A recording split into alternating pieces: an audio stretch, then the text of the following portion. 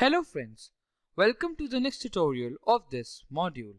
Today, in this tutorial, we will talk about what is rate limiting flaw. So, this is a flaw which doesn't limit the number of attempts you make on a website server to extract some data. Rate limiting is used to control the amount of incoming and outgoing traffic to or from a network.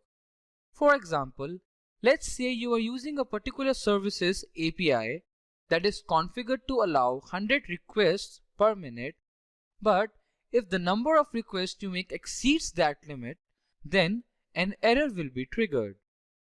So there are basically three types of rate limiting methods that can be implemented. So first one is user rate limiting. It is one of the most popular type of rate limiting flaw.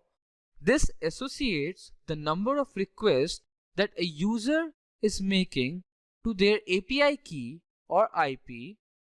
Therefore, if the user exceeds the rate limit, then any further requests will be denied until they reach out to the developer to increase the limit or wait until the rate limit time frame resets. After that, we have geographic rate limiting. To further increase security in certain regions, developers can set rate limit for particular regions and particular time periods.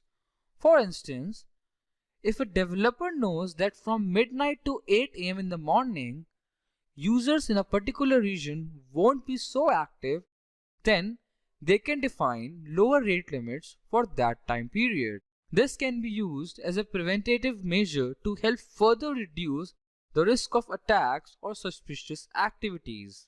By doing this, those nocturnal attackers or hackers won't be able to implement rate limiting flaw in the website, as geographic rate limiting flaw has further increased the security. After that comes server rate limiting.